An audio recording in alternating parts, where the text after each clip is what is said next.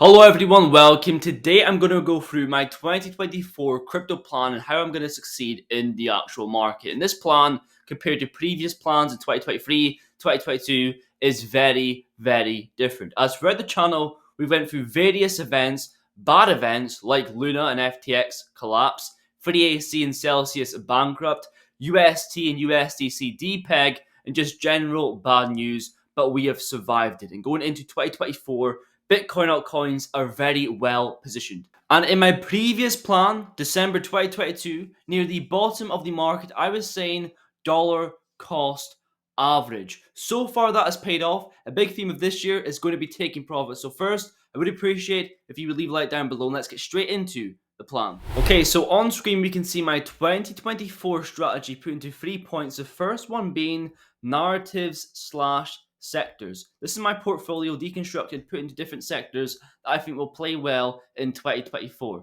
First being artificial intelligence, one we benefited heavily from, as in 2023 there were a lot of narratives at play, and the most popular one, according to CoinGecko, was artificial intelligence. Now, as mentioned, with real world assets, that is above layer ones and layer two. So it's only natural money is going to flow to these more popular, undervalued sectors. And that's why I'm positioning two AI coins, Tau and Com AI. And a quick brief overview, Tau is decentralized in machine learning models that aims to be the marketplace for machine intelligence. Participants who contribute to the network are then rewarded in Tau. This is decentralized development of artificial intelligence. Now moving on to Com AI, it's a digital ecosystem with a wide array of applications referred to as modules with functionalities of advanced models, unique cryptocurrencies, websites, and much more. Both are new additions to my portfolio. Both are experimental parts of my portfolio, but probably the most exciting. And now on to number two, we have payments. A use case is universal and will be here to the end of time. Projects that come to mind is XRP, XLM, XDC, and WTK. XRP, cross-border payments, huge market. XRP being a liquidity bridge. We've spoken about the volumes not being high enough.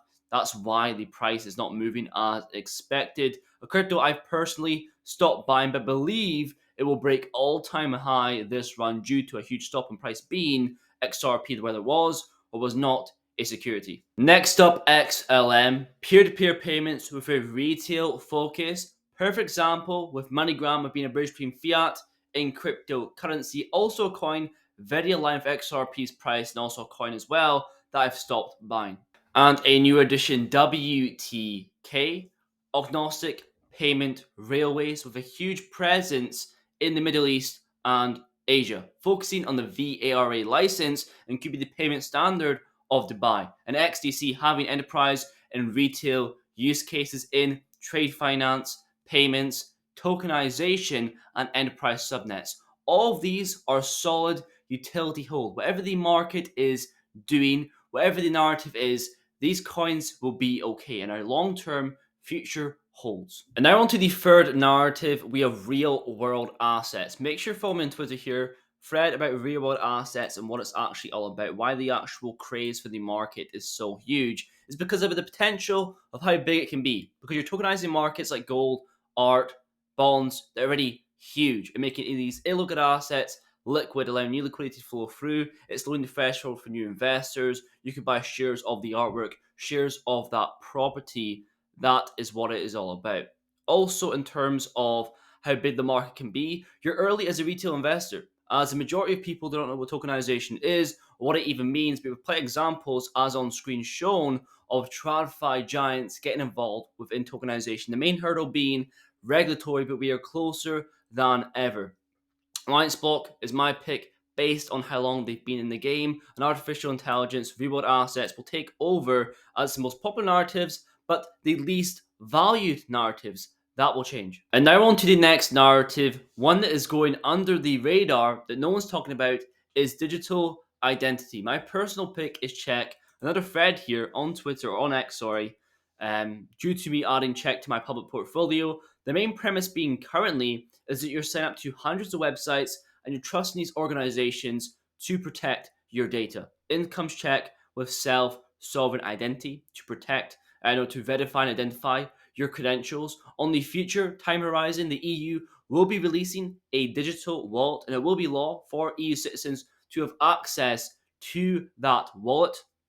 Czech is making this process interoperable, portable, and looking to become one of the first legally qualified electronic ledgers. And there is also the AI problem with voices being faked and deep fakes online. That's a huge problem when it comes to your identity and your identity being stolen. Also, right now on Instagram, there's these fake models with millions of followers who aren't even real people. A part of me finds it funny, as there's definitely one guy behind the computer raking in tons of money, but it has future dangerous implications what the technology can actually do for individuals, what that identity can actually be stolen for. Now on to the next point we have is interoperability. Obvious one, it's going to be Quant, mainly because other interoperability solutions are blockchain to blockchain. Quant is any to any, and also with an upcoming focus of interoperability of CBDCs, implementing 33 CBDC use cases with the Bank of England, Bank of International Settlements, Bank of Canada,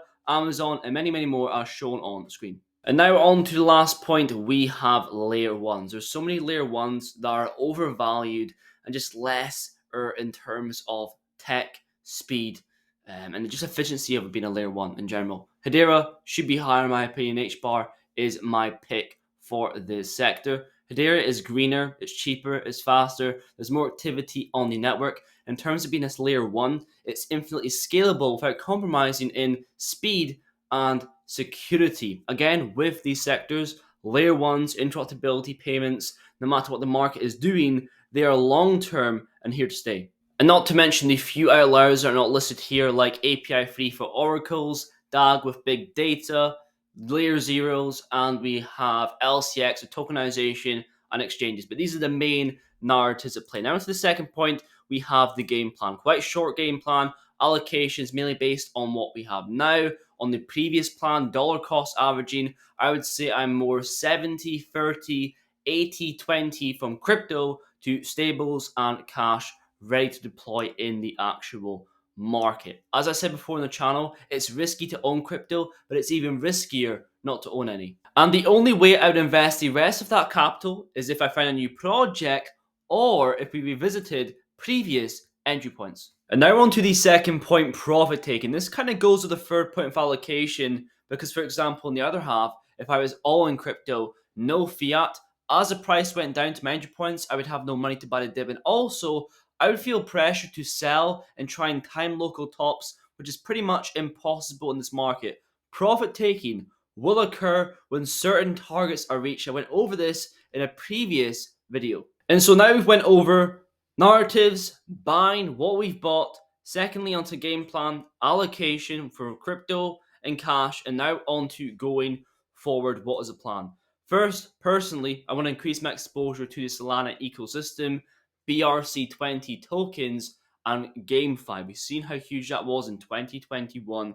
Just a little taster. I'm personally looking for play to earn games, and games are actually good and playable. That's the most important thing when it comes to these assets. Secondly, ready for profit when it comes to exiting original investments or after 5-10x profit, transferring from cold storage to the exchange, limit order set up to exit those positions. And lastly, enjoying the ride. A big part from now to selling will actually be doing nothing. The research has been put in place, allocation in place. Now a big part of 2024 will be taking profit and we'll be selling some of our bags. But that's pretty much it for today's video.